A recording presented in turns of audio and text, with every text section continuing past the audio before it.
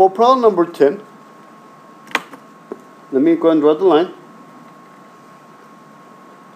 I want to be able to get rid of the square root. There's nothing to the left of the square root or to the right of the square root. So I can cancel right away the square root by taking the square on both sides.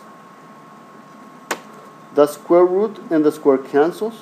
I have x plus 42 is equal to x times x is x squared. Now I have an x squared, so I want to be able to solve this probably by factoring. If I can factor, I can try to complete the square or quadratic formula. But before I even try doing anything like that, I want to be able to make it equal to 0. Therefore, I'm going to move my x to the right and my 42 to the right, and they become the opposite. So I have a 0, we have an x squared. That's a positive x, so when it gets switched to the other side, it becomes a negative x. That's a positive 2. When it moves to the other side, it becomes a negative 42. 0 on the left. I'm going to do my double parenthesis to factor. Now, if I cannot factor, then I will have to use a quadratic formula. Remember, I cannot complete the square because this is an odd number.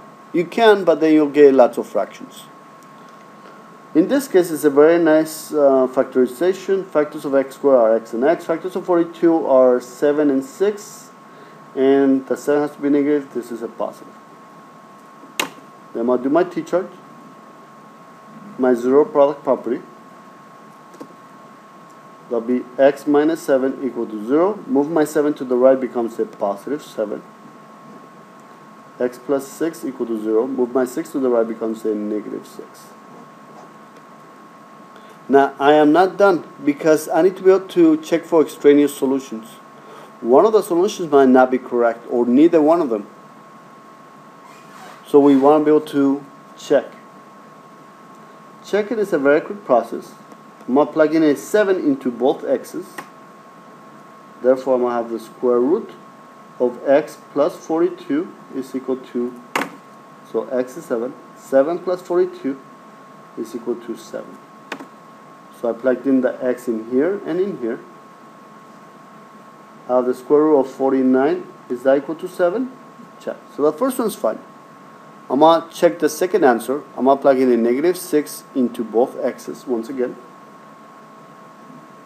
So it'll be plus 42 is equal to, instead of the x, I'm going to plug in a negative 6 into each of the x's. Negative 6 plus 42 is 36 is equal to negative 6. The square root of a number cannot be negative. So no. This is not a solution. My only solution is x is equal to 7. Backside. On the backside, we are going to be graphing exponential growth and decay on number 11.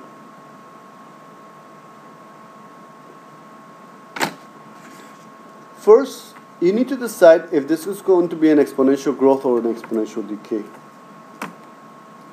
I look at the variable inside. So is that an exponential growth or decay? It's less than 1, so this is going to be a decay. Once you finish graphing it, your graph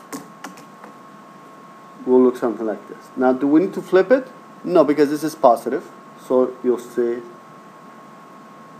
if the front number is negative, then what happens is that it gets flipped, just like we covered in class. I'm going to make a table.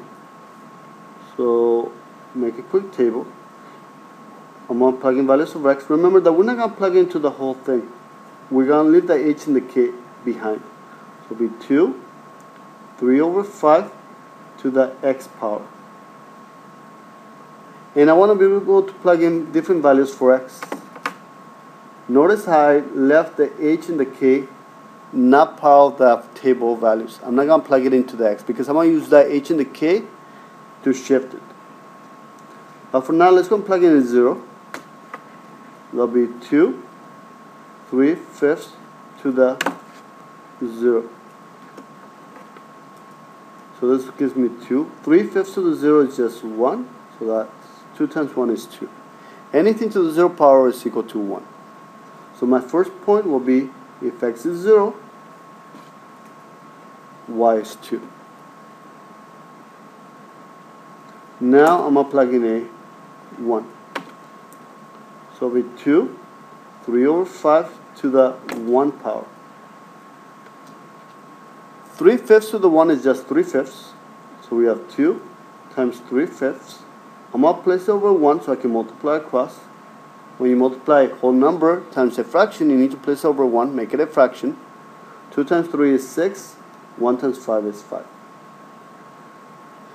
Now we want to be able to, this is an improper fraction because the bigger number is on top. So 5 goes into 6 one time and the remainder is 1/5. So my next point is 1, 1 and 1/5. So 1, 1 and 1 more fifth is right here.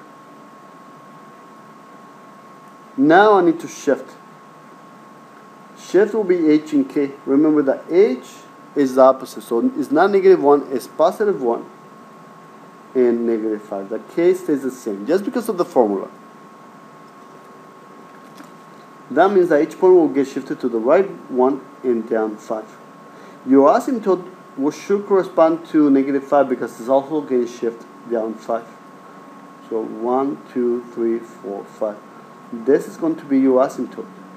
The equation for the asymptote will be y is equal to -5, which corresponds to the k value. Now each point will be shifted to the right 1 and 1, 2, 3, 4, 5. To the right 1 and 1, 2, 3, 4, 5. Remember, it should look something like this, your end result. Ideally, you want to be able to erase your old points. And now my new graph, or my graph will go through both points. It's getting closer and closer to the asymptote, but it's never touching it.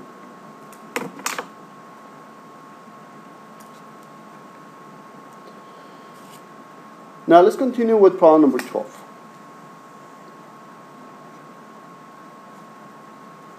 We're going to go through the same process. We first need to be able to decide if this is going to be an exponential growth or decay. I look at the exponent. It's positive exponent, so that means there's going to be a exponential growth. If the x is negative, then there'll be a decay, just like we covered on number 11. So my graph is going to be a growth. Does it have to be flipped? No, because it's positive. Only when the front number is negative is when it gets flipped. So it'll be a growth. So it'll be growing very quickly. Your final graph should look something like this. Exponential growth. Now let's go and make a table of values. Let's go and plug in different values of x so we can find different points. It will be y is equal to 3e to the x power. Notice I left my h and k behind. I did not graph it because that will be taken care of by the shift. I'm going to plug in a 0 and I'm going to plug in a 1. It will be 3e to the 0 power. E to the 0 is just 1. So 3 times 1, which is equal to 3. So my first point will be 0, 3. 0, 3 is here. Then I'm going to plug in a 1. It will be 3e to the 1 power. It will be 3. E to the 1 is just e. And we know that the value of e is 2.7, approximately 2.7. We multiply. 3 times 7 is 21. Carry 2. 3 times 2 is 6 and 2 is 8. So this will be 8.1. Approximately 8.1. So if my x value is 1, my y value is 8.1. So my x value is 1, my y value is 2, 4, 6, 7, 8.1, which is up here. Notice that that will give us an exponential growth, right? But we're still not done. We need to be able to shift. Each point will get shifted. This is -2, so it'll be positive 2, 2. Each point will be shifted to the right 2 and up 2. Now remember that your asymptote should match your k value. So your asymptote will be at 2. Now let's go and shift it. Each point will get shifted 1, 2, 1, 2. 1, 2, 1, 2. You want to be able to erase your old points, and then we can sketch your graph.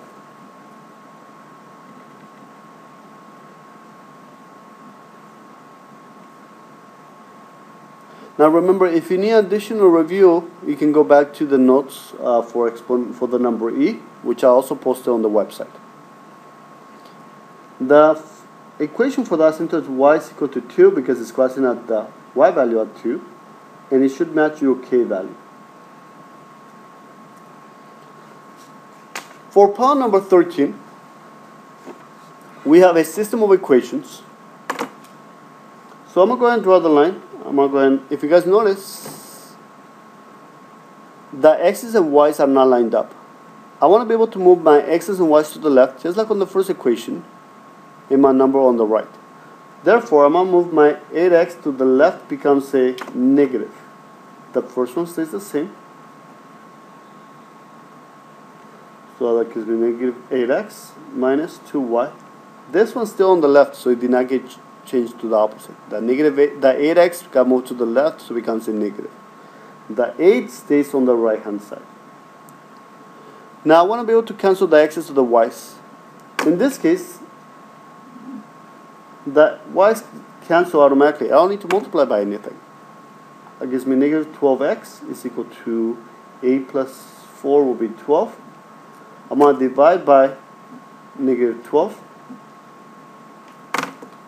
That will cancel. X is equal to negative 1. And I found my answer. Now, if that was not it, then you can plug in the x value into either one of those two to find your y value. But in this case, it was easy. Negative 1.